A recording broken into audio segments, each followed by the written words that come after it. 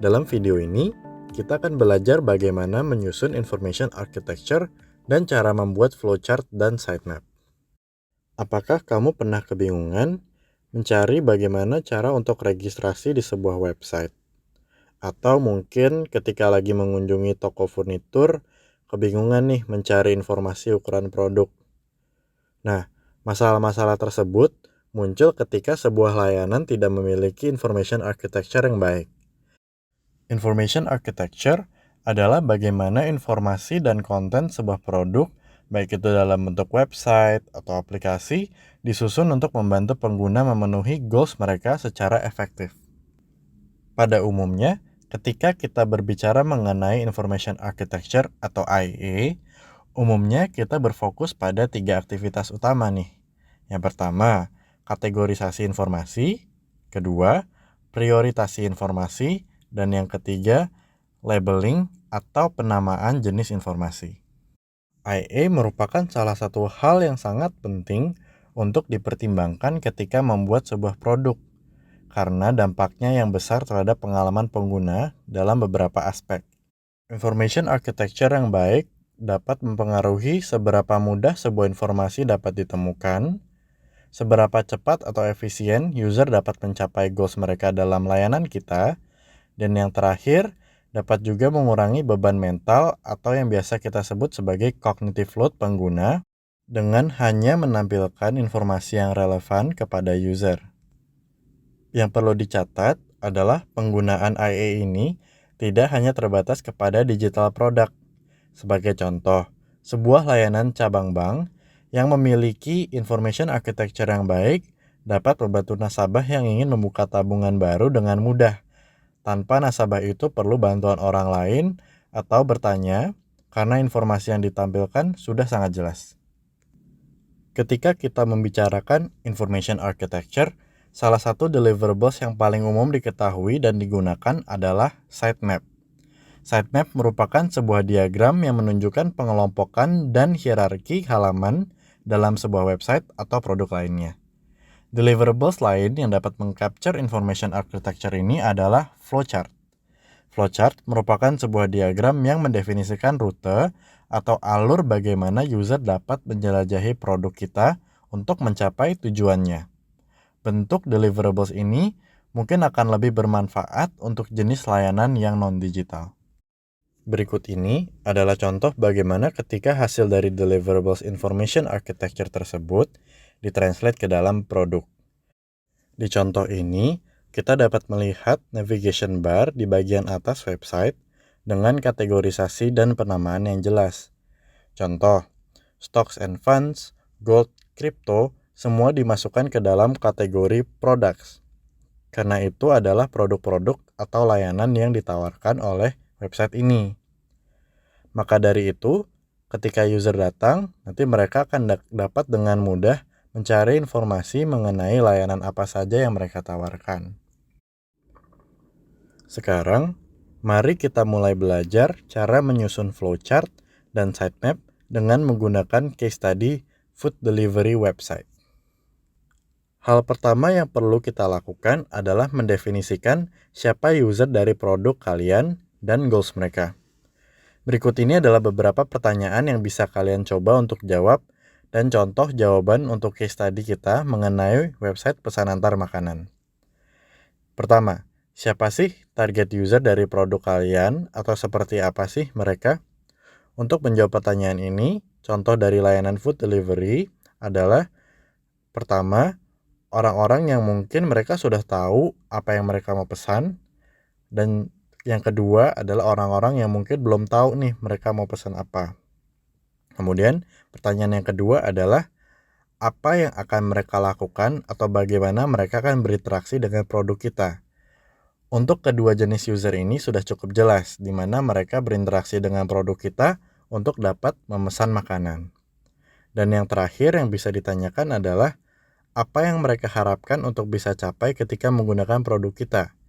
Hal ini bisa bermacam-macam tentu jawabannya, tapi kalau kita lihat lagi berdasarkan jenis usernya, bisa jadi untuk yang belum tahu mau makan apa, mereka ingin dapat dengan mudah memutuskan mau makan apa.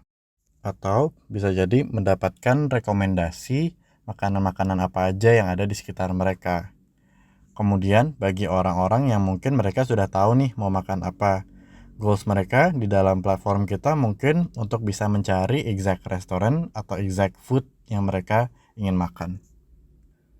Kemudian, setelah menjawab pertanyaan-pertanyaan tersebut, kita bisa petakan ke dalam diagram seperti contoh gambar yang ada di sebelah kiri, di mana ada awal dan akhir dari flowchart mereka yang ditandakan sebagai start dan end. Namun, ada dua path yang berbeda. Yang pertama, path A untuk orang yang sudah tahu ingin memesan apa, dan path B untuk orang yang belum tahu mau memesan apa. Kemudian, yang bisa kita lakukan adalah berusaha mengisi flow tersebut secara lebih detail. Bisa dipikirkan kira-kira step-step apa lagi sih yang perlu dilalui oleh kedua jenis user kita ini. Sebagai contoh di sini, buat yang sudah tahu memesan apa, website yang kita buat ini harus bisa membantu user untuk mencari makanan atau restoran yang mereka inginkan. Maka dari itu, flow-nya adalah search for specific food restaurant. Sedangkan bagi yang belum tahu mau memesan apa, tentu user akan mencari terlebih dahulu rekomendasi melalui website kita, dan semuanya dari A dan B akan berakhir ke memasukkan makanan ke dalam order mereka atau basket mereka. Tips yang kedua adalah untuk memperhatikan navigasi. Navigasi yang dimaksud di sini adalah bagaimana user berpindah dari satu halaman ke halaman yang lain. Konsep navigasi ini bisa kita bayangkan sama seperti apabila kita berada di sebuah tempat yang atau bangunan yang asing. Penanda-penanda seperti wayfinding atau papan nama ruangan itu kan dibutuhkan untuk menghindari pengunjung merasa kebingungan untuk menuju destinasinya, atau kalau misalnya dia ingin kembali ke bagian lain dari ruangan tersebut. Maka dari itu, ketika kita membangun sebuah flow, perlu diperhatikan elemen-elemen navigasi seperti berikut. Yang pertama, mereka tahu di halaman apa mereka berada saat ini. Yang kedua, bagaimana mereka bisa kembali ke halaman sebelumnya. Dan yang terakhir, bagaimana user dapat berpindah tujuan. Sebagai contoh, misalnya kalau dalam website makanan, user yang awalnya dia ingin memesan makanan karena dia udah tahu mau pesan apa, kemudian dia ingin berganti ke, oh kalau gitu saya mau jadi lihat rekomendasi aja dulu deh gitu. Nah, perpindahan ini juga perlu untuk kita perhatikan apa user bisa melakukan perpindahan ini dengan mudah atau tidak. Contoh pengaplikasian navigasi yang cukup baik adalah halaman menu restoran berikut, di mana user yang ada di halaman ini dapat dengan jelas tahu mereka berada di kategori menu apa dengan label kategori makanan. Kemudian, user juga dapat kembali ke halaman sebelumnya atau berpindah goal seperti mengganti restoran atau mengganti kategori makanan. Tips yang ketiga adalah untuk memperhatikan kebiasaan-kebiasaan user ketika menggunakan produk atau layanan yang serupa dengan layanan yang kita tawarkan. Kebiasaan ini dapat juga disebut sebagai mental model. Maka dari itu, ketika kita membuat sebuah flow dari layanan, pastikan untuk tidak terlalu mengubah flow yang biasa digunakan oleh user. Sebagai contoh, bagi orang yang ingin memesan makanan secara online, umumnya adalah mereka memilih dulu nih makanannya apa, kemudian mereview order mereka, kemudian memilih metode pembayaran, dan diakhiri dengan konfirmasi order. Nah, jadi kalau misalnya kita mengubah flow-nya dari yang awalnya seperti itu menjadi memilih metode pembayaran dulu, nah ini bisa membuat user merasa bingung atau tidak nyaman karena mereka nggak terbiasa kan dengan flow seperti itu. Dan yang pada akhirnya juga mereka bisa jadi drop atau tidak menggunakan produk kita lagi. Oke, setelah tadi kita belajar cara membuat flowchart, sekarang kita akan belajar cara untuk membuat sitemap. Langkah yang pertama adalah mengatur konten-konten tersebut sehingga mudah untuk dimengerti. Untuk mengatur konten tersebut, bisa dimulai dengan menuliskan semua konten-konten atau informasi yang sudah ada di requirement atau jenis-jenis informasi lainnya. Sebagai contoh, di sini untuk case study kita web food delivery, beberapa contoh informasi yang ditampilkan adalah harga, nama menu, kategori, dan lainnya.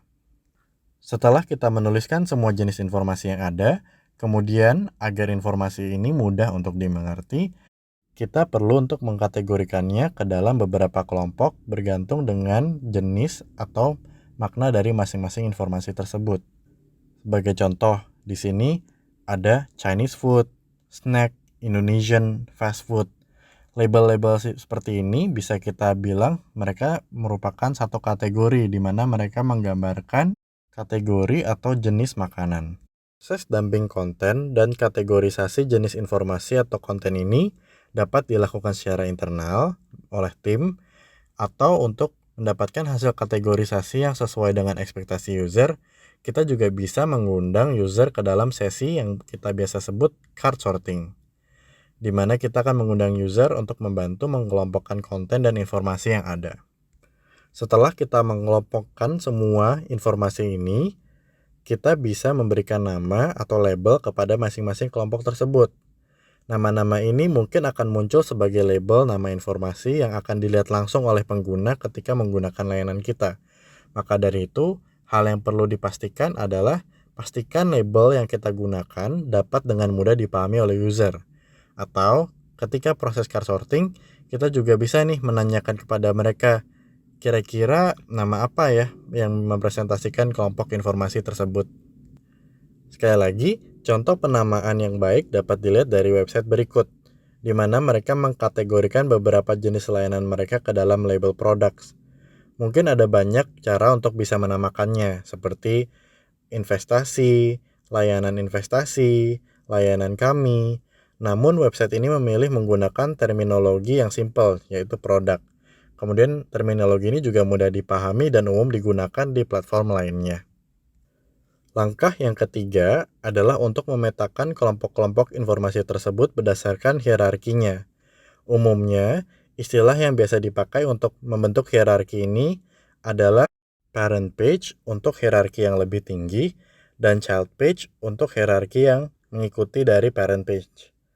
Contohnya, seperti diagram berikut, di mana restoran merupakan parent page dari berbagai menu atau child page yang ada di website tersebut. Parent dan child page ini bukan berarti hanya ada dua label hierarki dalam sebuah information architecture atau website. Seperti contoh sitemap dari sebuah website food delivery service, di mana ada home page yang menjadi parent page dari semua page, dan ada child page kategori, search dan input address. Kemudian search page sendiri ini masih punya lagi nih child page lainnya, yaitu ada restoran 1, restoran 2, dan restoran-restoran yang lainnya. Oke, sekarang kita sudah belajar bagaimana cara membuat flowchart dan sitemap. Langkah berikutnya adalah untuk mempelajari apa sih prototype dan apa benefit dari kita membuat prototype.